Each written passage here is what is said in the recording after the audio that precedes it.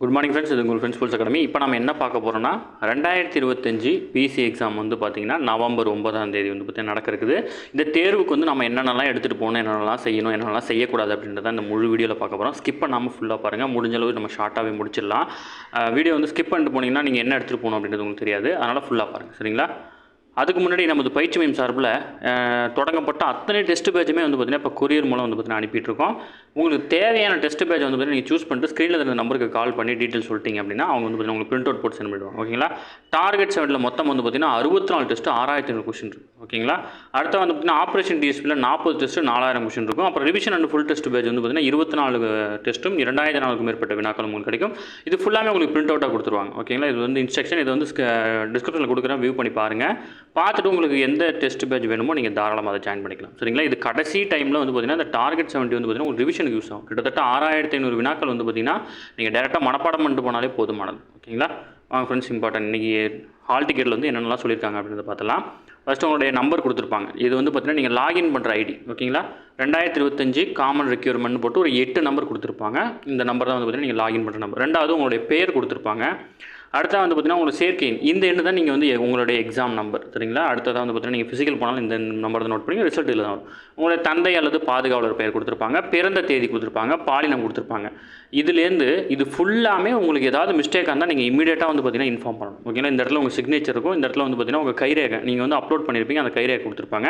இந்த இடத்துல வந்து பார்த்திங்கன்னா ஒரு கோடு கொடுத்துருப்பாங்க. இந்த கோடை நீங்கள் ஸ்கேன் பண்ணிங்க அப்படின்னா உங்களுடைய பெயர், ரெஜிஸ்டர் நம்பர் இதெல்லாம் வந்து பார்த்திங்கன்னா அதில் காட்டும். சரிங்களா? இது எதுக்கு அப்படின்னா நீங்கள் வந்து எக்ஸாம் காலுக்குள்ளே போகும்போது இப்போ வந்து பார்த்திங்கன்னா சம்டைம்ஸ் இந்த டைம் வந்து பார்த்திங்கன்னா டேரெக்டாக அதை ஸ்கேன் பண்ணி செக் பண்ணி கூட அனுப்புறதுக்கு வாய்ப்பு இருக்குது. அடுத்தது அந்த இடத்துல உங்கள் புகைப்படம் இருக்கும். ஓகேங்களா? இதெல்லாம் முக்கியமானது, இதெல்லாம் பார்த்துக்கோங்க. சரிங்களா? அடுத்தது தேர்வு என்றைக்கு தொடங்குது? நவம்பர் 9, 2025. முதன்மை எழுத்து தேர்வு, தமிழ் தகுதி தேர்வு ரெண்டுமே ஒரே கொஸ்டின் பேப்பரில் தான் இருக்கும். மொத்தம் 150 கொஸ்டினுக்கு எக்ஸாம் நடக்கும். ஓகேங்களா? காலை 8 மணிலேருந்து 9:30 மணிக்குள்ளே நீங்கள் உள்ளே வந்தாகணும். 9:30 மணிக்கு மேலே உங்களை உள்ளே அலோவ் பண்ண மாட்டாங்க. ஓகேங்களா? காலை 10 மணி முதல் மதியம் 12:40 வரைக்கும் உங்களுக்கு தேர்வு நடக்கும். ஓகேங்களா? தேர்வு முடிஞ்சாலும் நீங்கள் தேர்வு மையத்தை விட்டு வெளியே செல்லக்கூடாது. சரிங்களா? அவங்க வந்து வெயிட் பண்ண சொல்லுவாங்க எப்போவுமே எக்ஸாம். தேர்வு மையத்தினுடைய முகவரி வந்து பார்த்திங்கன்னா கொடுத்துருப்பாங்க. இந்த தேர்வு மையத்தோட முகவரியை வச்சு இந்த தேர்வு மையம் எங்கே இருக்குது அப்படின்றத நீங்கள் வந்து எக்ஸாமுக்கு முன்னாடியே உங்கள் நண்பர்கள் மூலியமாகவோ இல்லை நீங்களோ நேரில் போய் அந்த சென்டர் கரெக்டாக இருக்கா அந்த லொக்கேஷனில் அப்படின்றத செக் பண்ணிக்கோங்க. லாஸ்ட் டைம் எஸ்ஏ எக்ஸாமில் இந்த மாதிரி ஒரு பிரச்சனை வந்துருச்சு. நீங்கள் கூகுளில் சர்ச் பண்ணும்போது அந்த லொக்கேஷன் வந்து நிறைய டைம் தவறாக காட்டுச்சு. சென்னையில் வந்து நிறைய வந்து பார்த்திங்கன்னா மிஸ்டேக்ஸ் காட்டுச்சு. அதனால் இதை மட்டும் செக் பண்ணிக்கோங்க. அடுத்த டைம் வந்து பார்த்திங்கன்னா டிஎன்யூஎஸ்ஆர்பி வந்து பார்த்திங்கன்னா அதுக்கு முன்னாடியில் கோடு கொடுப்பாங்க. அந்த கோடு ஸ்கேன் பண்ணால் டேரெக்டாக லொக்கேஷன் காட்டும். அதனால் அது ஒரு சான்ஸ் கொடுத்துருக்கலாம் நமக்கு. பட் வந்து பார்த்திங்கன்னா இது நீங்கள் டேரெக்டாக சர்ச் பண்ணும்போது அது வந்து தவறான அட்ரஸை தவறான லொக்கேஷனில் கூட காட்டும். சரிங்களா? இப்போ நம்ம வந்து ஃப்ரெண்ட்ஸ் போலீஸ் அகாடமின்னு போட்டிருக்கோம் இல்லையா? இந்த ஃப்ரெண்ட்ஸ் போலீஸ் அகாடமியை நான் இப்போ இருக்கிற இடத்துல என்னால் லொக்கேட் பண்ண முடியும். ஓகேங்களா? அதனால் வந்து பார்த்திங்கன்னா அந்த மாதிரி மிஸ்டேக்ஸ் காட்டும். அதனால் போய் டேரெக்டாக செக் பண்ணிக்கோங்க. அன்றைக்கி அவசரமாக போகாதீங்க, ஏதாவது மிஸ்டேக்காக வாய்ப்பு இருக்குது. சரிங்களா? என்னென்னலாம் இன்ஸ்ட்ரக்ஷன் கொடுத்துருக்காங்க? இது மொத்தம் வந்து பார்த்திங்கன்னா இந்த டைம் ஹால் டிக்கெட் 5 பேஜ் இருக்குது. ஓகேங்களா?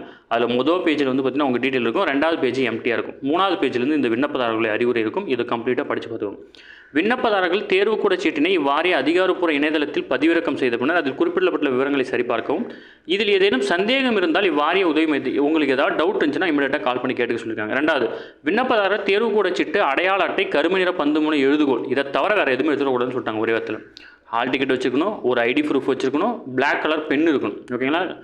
பால் பாயிண்ட் பென் தான் வச்சுருக்கணும், முக்கியமானது. இது 3 தவிர வேறு எதுவுமே அலோவ் பண்ண முடியாதுன்னு சொல்லிட்டாங்க. 2வது தேர்வு கூட சீட்டினை கூடுதல் விண்ணப்பதாரர்கள் புகைப்படத்துடன் கூடிய அரசால் வழங்கப்பட்ட அடையாள அட்டை, ஆதார், ஓட்டுநர் உரிமம், வாக்காளர் அடையாளம் இதில் ஏதாவது ஒன்று அசல் கொண்டு வரணும்னு சொல்லியிருக்காங்க. ஹால் டிக்கெட் கூட ஏதாவது ஒரு அசல் ஐடி ப்ரூஃப் எடுத்துகிட்டு வரணும்.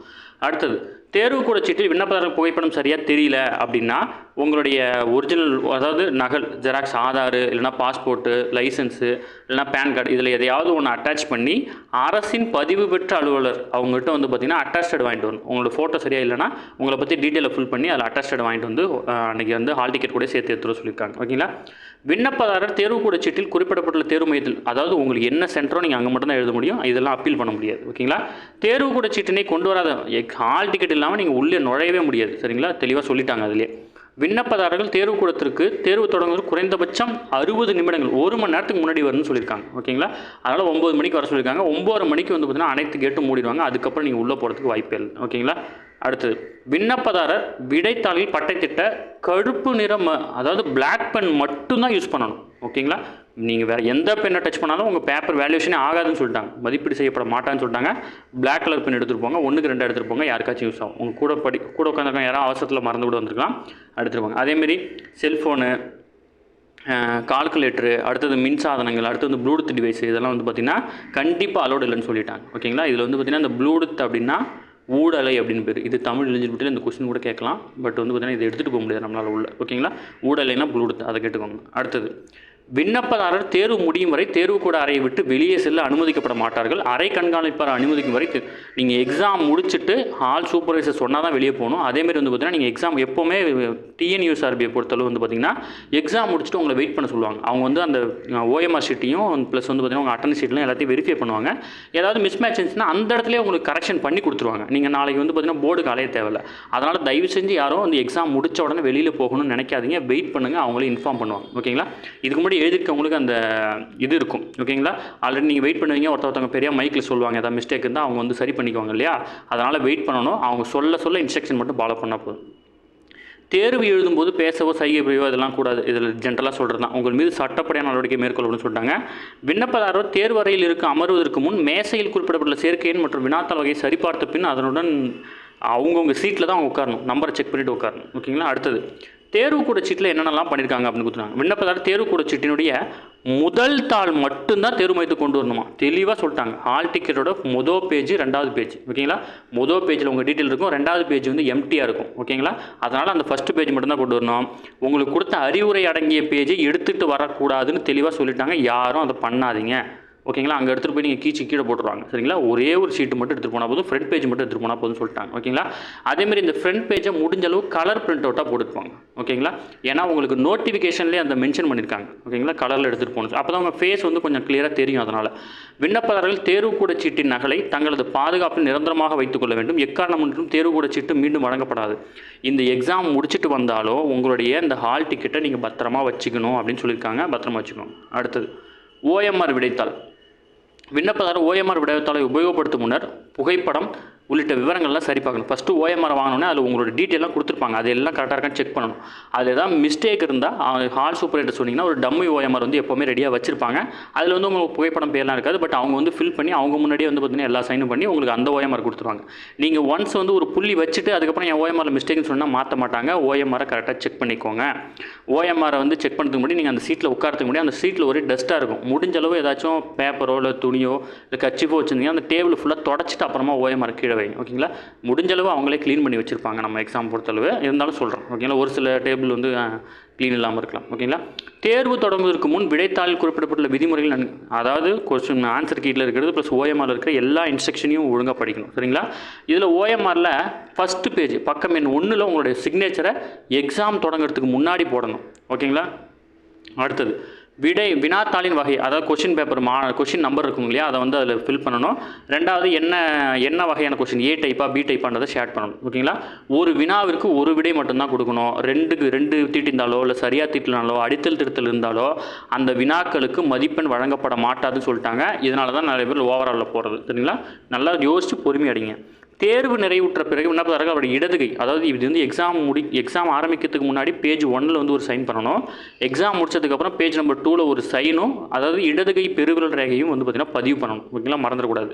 அடுத்து வருகைத்தாள். உங்களுக்கு வந்து பார்த்திங்கன்னா அட்டண்டன்ஸ் ஷீட் ஒன்று கொடுப்பாங்க. அதில் வந்து பார்த்திங்கன்னா உங்களுடைய பேர், உங்களுடைய பிறந்த தேதி, சேர்க்கையின் மற்றும் நீங்கள் என்ன கேஸ்ட் அப்படின்ற டீட்டெயில் இருக்கும். இதெல்லாம் சரியாக இருக்கான்னு பார்த்துட்டு சைடில் சைன் பண்ணணும். ஓகேங்களா. வாரியத்தின் அறிவுரைகள். விடைத்தாள், ஓஎம்ஆர் விடைத்தாள்கள், தேர்வுக்கூட அனுமதிச்சிட்டு, அறிவிக்கை ஆகியவற்றை குறிப்பிடப்பட்ட விண்ணப்பதாரர்கள் அறிவுரை, அது சொன்ன இன்ஸ்ட்ரக்ஷனை தாண்டி நீங்கள் எது பண்ணாலும் உங்களை வந்து அந்த தேர்வு வாரியத்திலேருந்து வந்து பார்த்திங்கன்னா தேர்வில் நிரந்தரமாகவோ அல்லது வந்து பார்த்திங்கன்னா குறிப்பிட்ட காலம் வரையோ வந்து பார்த்திங்கன்னா உங்களுக்கு தள்ளி வைக்க முடியும். ஓகேங்களா. தேர்வு வரையில் பயன்படுத்தப்படாத ஓஎம்ஆர் ஷீட் எக்காரணம் நீங்கள் கையில் எடுத்துகிட்டு வந்துடக்கூடாது. ஓகேங்களா. இது இந்த இன்ஸ்ட்ரக்ஷனுக்கு குற்றவியல் நடவடிக்கை எடுக்கப்படும் அப்படின்னு மென்ஷன் பண்ணியிருக்காங்க. ஓகேங்களா. பிற அறிவுரைகள். தேர்வின் போது விண்ணப்பதாரர்கள் கைரேகை பதிவு செய்வதற்கும் உறுதிப்படுத்துவதற்கும் தங்கள் முகம் மற்றும் மேசையில் உள்ள சேர்க்கை எண் மற்றும் வினாத்தாளின் வகை சரியாக தெரியும்படி ஒளிப்படம் புகைப்படம் எடுப்பதற்கு ஒத்துழைக்கணும்.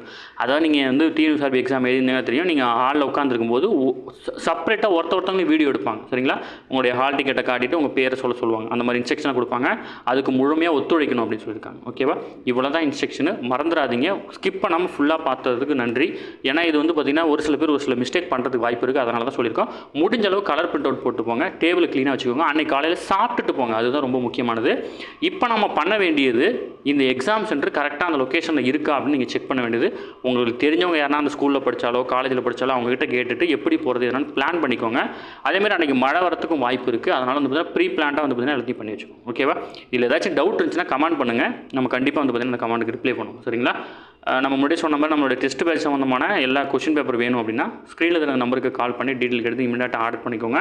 2 or 3 டேஸில் வந்து பார்த்தீங்கன்னா உங்கள் கைக்கு வந்துடும். கடைசி நேர ரிவிஷனுக்கு வந்து டேரெக்டாக மனப்பாடம் பண்ணிட்டு போக முடியும். சரிங்களா? Okay, thank you friends.